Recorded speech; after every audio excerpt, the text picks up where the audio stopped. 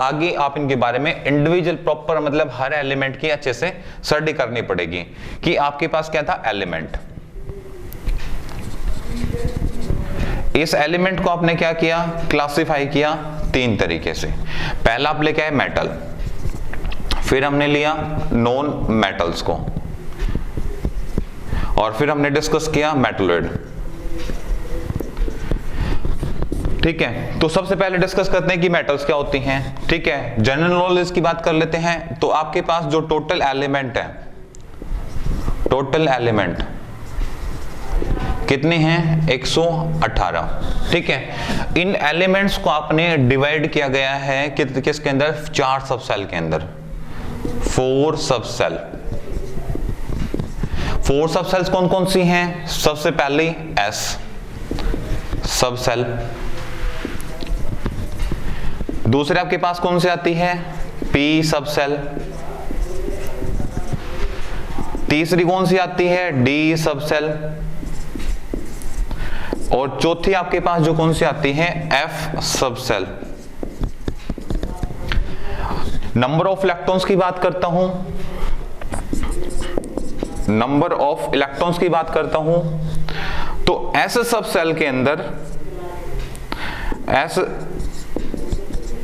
सब सेल के अंदर नंबर ऑफ इलेक्ट्रॉन्स भाई आपके पास कितने होंगे, 2 इलेक्ट्रॉन्स, जो कि इसकी कैपेसिटी रहेगी 2 इलेक्ट्रॉन्स आ सकते हैं।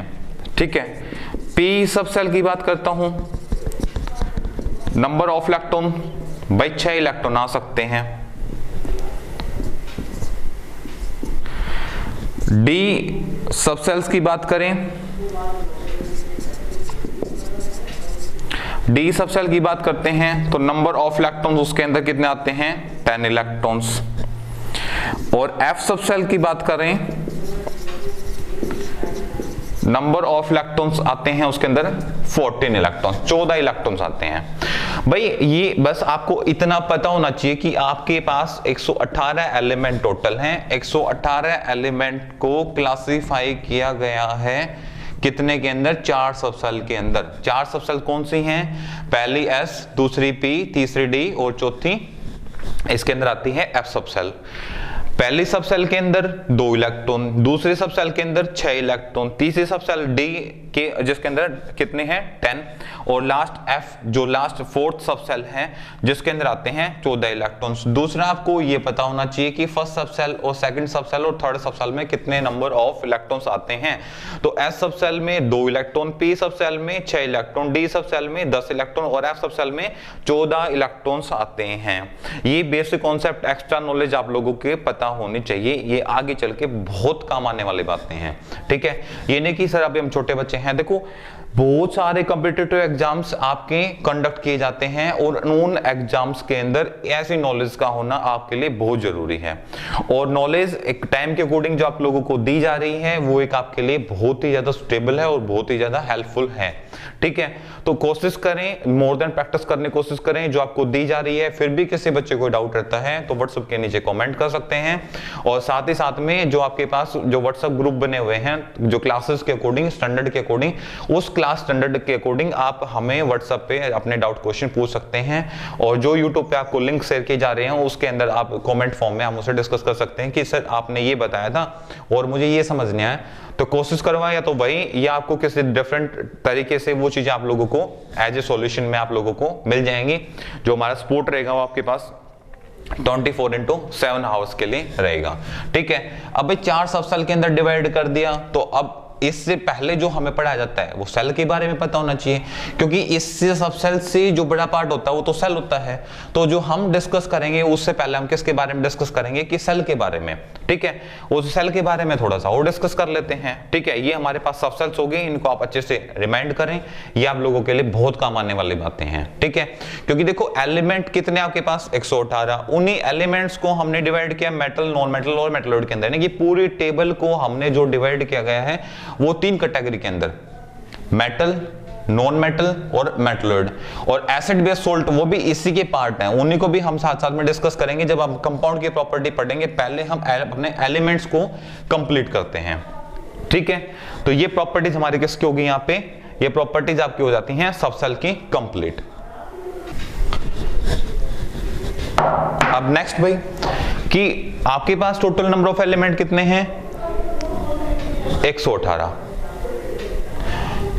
उन 118 एलिमेंट को हमने डिवाइड किया गया 4 सेल के अंदर, 4 सेल के अंदर। फर्स्ट सेल आपके पास जो आती है फर्स्ट सेल, अब देखो अब तक तो बात की थी हमने सब सेल की, अब बात कर रहे हैं सेल की, ठीक है। तो सेल आपके पास कितनी होती हैं 4 सेल होती हैं। फर्स्ट सेल के सेल, सेकंड जो आपके पास है एल, थर्ड जो आपके पास है एल एम, और फोर्थ जो आपके पास है वो एन सेल। फिर इन्हीं की बात करेंगे नंबर ऑफ इलेक्ट्रॉन्स की। तो जो आपके पास नंबर ऑफ इलेक्ट्रॉन्स, तो जो के सेल है नंबर ऑफ इलेक्ट्रॉन्स कितने आते हैं उसके अंदर भाई 2 इलेक्ट्रॉन्स आते हैं। फिर आपके पास क्या आती है एल सेल, एल सेल के अंदर आपके पास नंबर ऑफ इलेक्ट्रॉन कितने आएंगे 8 electron. Third M shell, M shell के अंदर जो आपके पास नंबर ऑफ इलेक्ट्रॉन्स आते हैं वो कितने आते हैं 18 इलेक्ट्रोड, ठीक है। और फिर आती है आपके पास एन सेल, एन सेल के अंदर आपके पास नंबर ऑफ इलेक्ट्रॉन्स कितने आते हैं यहाँ पे 32, ठीक है। और इन नंबर्स ऑफ इलेक्ट्रॉन को फाइंड आउट करने के लिए, ठीक है, फाइंड आउट करने के लिए, find out number of electrons करने के लिए आपके पास एक जनरल फॉर्मूला होता है, जनरल फॉर्मूला होता है 2n²। n की वैल्यू यहाँ पे नंबरिंग रहेगी, n की वैल्यू होगी 1 2 3 4 5 6 7 अप टू n टर्म तक, ठीक है। ये पार्ट्स आपके लिए क्या होगा इंपॉर्टेंट पार्ट होगा भाई। ये बातें आपको मेटल नॉन मेटल मेटलॉइड के बारे में आने से पहले पता होने चाहिए, वेरी वेरी इंपॉर्टेंट पार्ट है ये, ठीक है। क्योंकि अब आप 9th क्लास के स्टूडेंट हो चुके हो, ठीक है। और उस स्टैंडर्ड के अकॉर्डिंग हमें इतना अच्छे से पता होना चाहिए कि देखो भाई केमिस्ट्री जब हमने पढ़ने स्टार्ट की सबसे पहला पार्ट आता है मैटर, ठीक है। एटम्स तो बाद की बातें हैं, ठीक है। पहला आपको पता होना चाहिए मैटर क्या है भाई। कोई अपने स्टेट को चेंज करता है तो क्यों करता है, वो फर्स्ट चैप्टर के में ऑलरेडी हम इस बात को अच्छे से बहुत अच्छे से हम क्या कर चुके हैं डिस्कस कर चुके हैं। फिर हमने क्या किया, हमने सेल और सब सेल। अब देखो हमने जब हम 118 एलिमेंट को पढ़ेंगे तो 118 एलिमेंट को पढ़ने के 2 तरीके हैं, ठीक है। जब हम 118 एलिमेंट को यानी कि पीरियोडिक टेबल को, पीरियोडिक टेबल 118 एलिमेंट जा रखे गए हैं, कहां रखे गए हैं पीरियोडिक टेबल के अंदर, पीरियोडिक टेबल, ठीक है, को जो आप स्टडी करेंगे पीरियोडिक टेबल का जो क्लासिफिकेशन यानी कि जो क्लासिफिकेशन कर रहे स्टडी की जाती है, स्टडी बेस्ड ऑन 2 टाइप्स, 2 तरीके से स्टडी की जाती है। पहली सेल और दूसरे आपके पास क्या होती है सब सेल,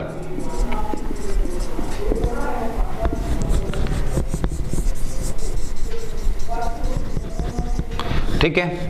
कि भाई जो पीरियोडिक टेबल की हम जो स्टडी करेंगे वो 2 तरीके से करेंगे, based on sale and based on सब सेल। तो बेस्ड ऑफ सेल पता चल गई कि टोटल नंबर ऑफ इलेक्ट्रॉन कितने होते हैं 118, 4 सेल में डिवाइड होता है एंड 4 ही किस में होता है सब सेल के अंदर, ठीक है। तो सेल पता लग गई कौन कौन से होते हैं KLMN, ठीक है। और सब सेल्स कौन सी होती हैं इसके यही एक बार मैं यही लिख देता हूं कि सब सेल्स कौन सी होती हैं जो ऑलरेडी हम डिस्कस कर चुके हैं S P D और F, ये सभी आपके पास क्या है सब सेल, ठीक है। तो हम सेल्स के बारे में स्टडी कर चुके हैं, सब सेल्स के बारे में स्टडी कर चुके, कैसे फाइंड आउट किए जाते हैं नंबर ऑफ इलेक्ट्रॉन सेल के बेस पे, सब सेल के बेस पे नहीं सेल के बेस पे। तो वहां पे आपके पास 2n² से आप फाइंड आउट कर सकते हो number of electron 1 2 3 4 up to n term तक आएंगे, ठीक है। तो ये हमारा यहाँ पे स्टार्ट होता है। अब हम सीधा घूम के आते हैं अपने एलिमेंट के क्लासिफिकेशन पे जो हमने डिस्कस करना है रिसेंटली। तो हमारा फर्स्ट पार्ट आता है कि मेटल्स, ठीक है। कॉपी करना चाहो आप यहां से कॉपी एंड राइट डाउन कर सकते हो इजीली से।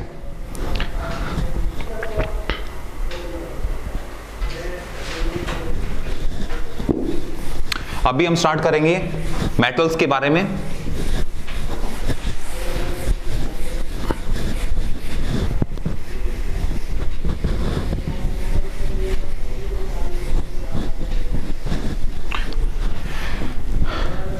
अभी जो हम डिस्कस करते हैं भाई, फर्स्ट अपना हेडिंग डालते हैं मेटल, मेटल्स। अब मेटल्स क्या होते हैं भाई, व्हाट आर द मेटल्स, ठीक है। तो मेटल्स के बारे में डिस्कस करते हैं। फर्स्ट पॉइंट हमारे पास आता है good conductor of electricity, good conductor of electricity. भाई इलेक्ट्रिकल सिटी, जो आपके पास इलेक्ट्रिसिटी यानी कि जो विद्युत धारा होती है, उसकी सबसे अच्छी सुचालक होती है, ठीक है, जो कि बुक्स में भी आपको आराम से ये टेबल्स मिल जाएंगे आराम से। दूसरा मैं बात करता हूं melting point and boiling point. क्या होगा, will be high, will be high compared to non-metal and metalloid।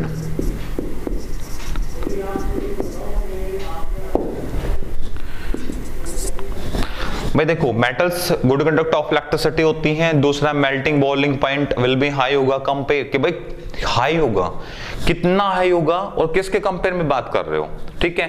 तो नॉन मेटल्स के कंपेयर में और मेटलॉइड के कंपेयर में। अब साथ साथ में मैं इनके एक्सेप्शनल केसेस की भी बात करूंगा कि ऐसा क्यों होगा और ऐसा क्यों नहीं होगा, ठीक है। दूसरा हम बात करते हैं कि मेटल्स के अंदर शाइनिंग होती है,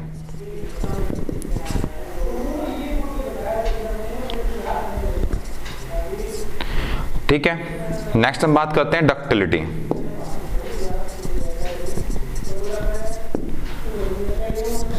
ठीक है, एंड मेलेबिलिटी, ठीक है। अब इन पॉइंट्स के साथ साथ थोड़ा सा इनके बारे में और अच्छे से समझ लेते हैं कि ऐसा होता है क्यों। तो metals are the good conductor of electricity होती हैं, ठीक है। और मेटल्स के अंदर मेल्टिंग बॉइलिंग पॉइंट इनका क्या रहता है, हाई रहता है, शाइनिंग होती है, डक्टिलिटी होती है और मेलेबिलिटीज होती हैं, ठीक है। और एक दो पॉइंट इसके हम साथ साथ हम क्या करेंगे, डिस्कस करेंगे कि भाई जब इन्हीं मेटल्स पे, ये स्पेशली नोट डाल के आपको ये पॉइंट हमेशा याद होना चाहिए जो मैं अभी लिखने वाला हूं, कि मेटल्स पे यदि एक्सटर्नल हीट लगाते हो, ठीक है, इफ, क्योंकि metals are the good conductor of electricity है ना। अब ये गुड कंडक्टर नहीं रहेंगी भाई, अब इनको धीरे धीरे हम सेमीकंडक्टर भी बना देंगे। कब बनाएंगे वो देख लेते हैं कि इफ, यदि आप क्या करते हो, external heat apply on metal, यदि आप मेटल पे एक्सटर्नल हीट अप्लाई करते हो, बाहर से यदि मेटल का टेम्परेचर राइज अप होता है, बढ़ता है, इंक्रीज करता है, ठीक है, देन बिहेव ऑफ मेटल्स, तो उन मेटल्स का जो बिहेव होगा वो एज ए सेमीकंडक्टर,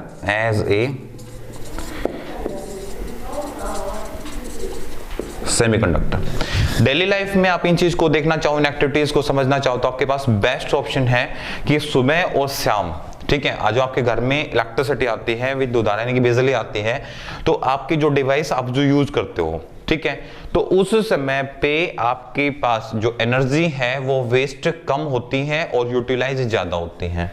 तो आपके मीटर के अंदर जो रीडिंग निकलती है ना, जो यूनिट्स निकलती हैं वो कम निकलती हैं। और जब दोपहर को लाइट आती है, जब आप एनर्जी का कंजप्शन करते हैं, यूज करते हैं, यूटिलाइज करते हैं, तो उस समय पे आप यूज कम करते हो और उस समय पे जो रीडिंग्स निकलती हैं वो ज्यादा निकलती हैं। क्यों? क्योंकि भाई जो आप गुड कंडक्टर थे, टेम्परेचर डिक्रीज होने पे, अब वो टेम्परेचर राइज अप होने पे, टेम्परेचर बढ़ने पे, अब वही क्या हो चुके हैं, सेमीकंडक्टर हो चुके हैं, ठीक है।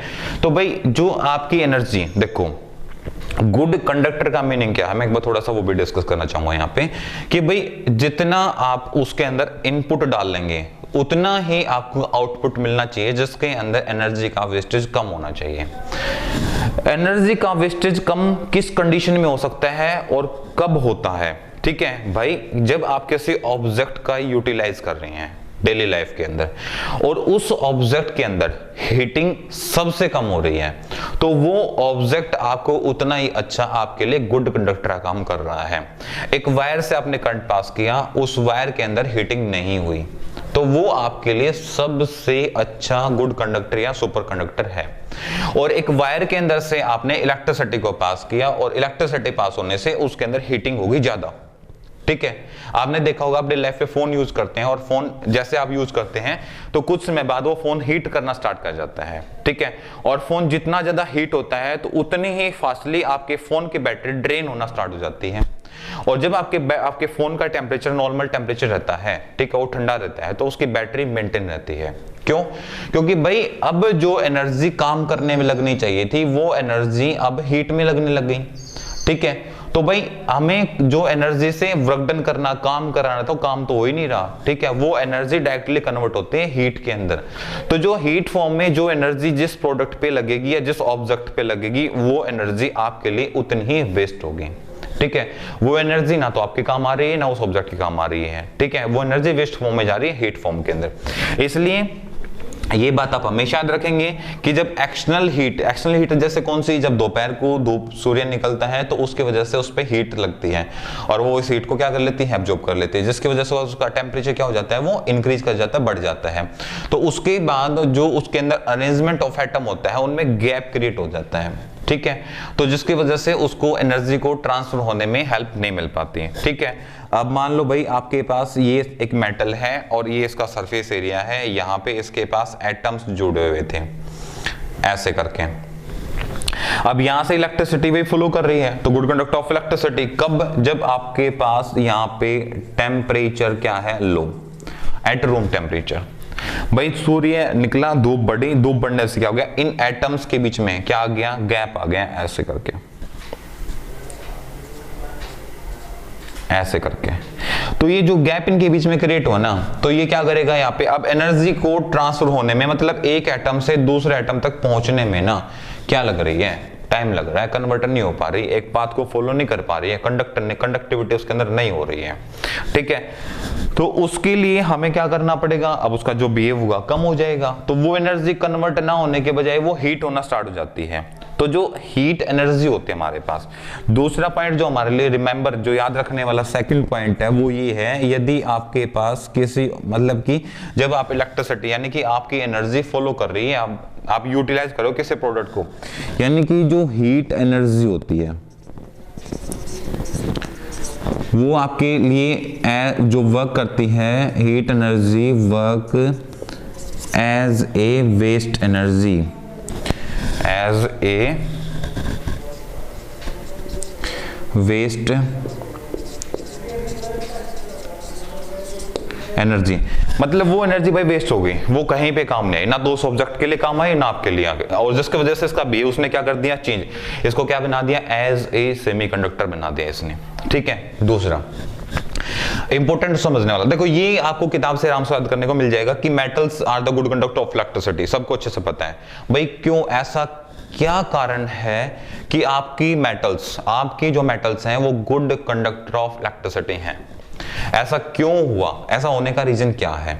अच्छा, मेल्टिंग बॉइलिंग पॉइंट की बात कर लेते हैं, तो ये नहीं है कि सभी मेटल्स का मेल्टिंग बॉइलिंग पॉइंट हाई होता है, कुछ एक्सेप्शंस मेटल्स हैं, ठीक है, कुछ एक्सेप्शंस मैटर हैं, ठीक है। कौन सी, सोडियम,